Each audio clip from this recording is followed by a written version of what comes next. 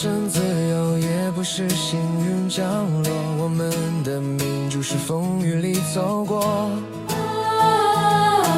台湾曾在长夜里被压制声音，有人为一本书被带往黑暗房门，审判的灯光刻下白色恐怖的心痕，沉默底下民主火种已悄悄燃起。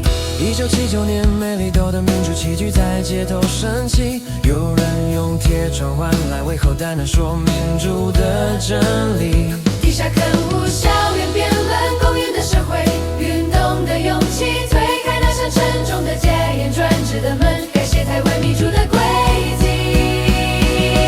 民主不是一场选举，是法治制度愿意承担的心意。自由不是简单词语，是用伤痕换来的意义。我们一起走到这里，穿越禁欲的风雨，从228雨倾向的痛，到野百合太阳花的勇气。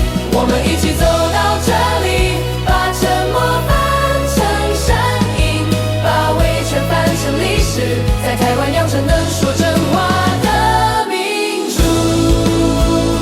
素养。多元语言在街角与教室响起，台语、客语、原民语成了共享风景。传信正义不是复仇，而是提醒，记得才能重新前进。摘正与制衡不是教科书的句型，是防止恐惧充分的透明。我们学对话，学参与，学包容，因为多元是台湾最深的生命。不是谁赢谁输，是妥协与尊重，是公民的成熟。太阳花照亮夜空的那颗期待，已不再是终点，而是起步。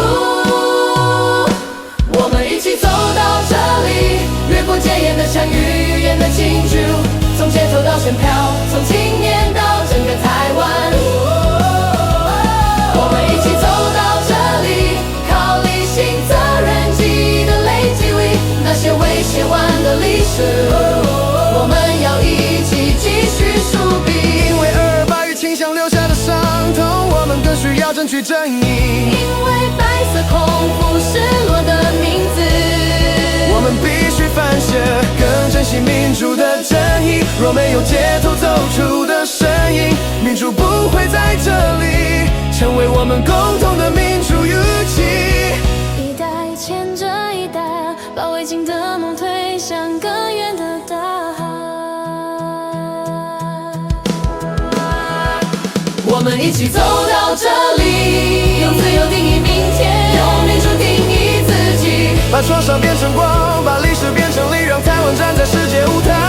我们学会了站立，我们一起走到这里，2300万人的心，在同一节拍里，因为人民愿意同行，台湾的名字才能永远亮起。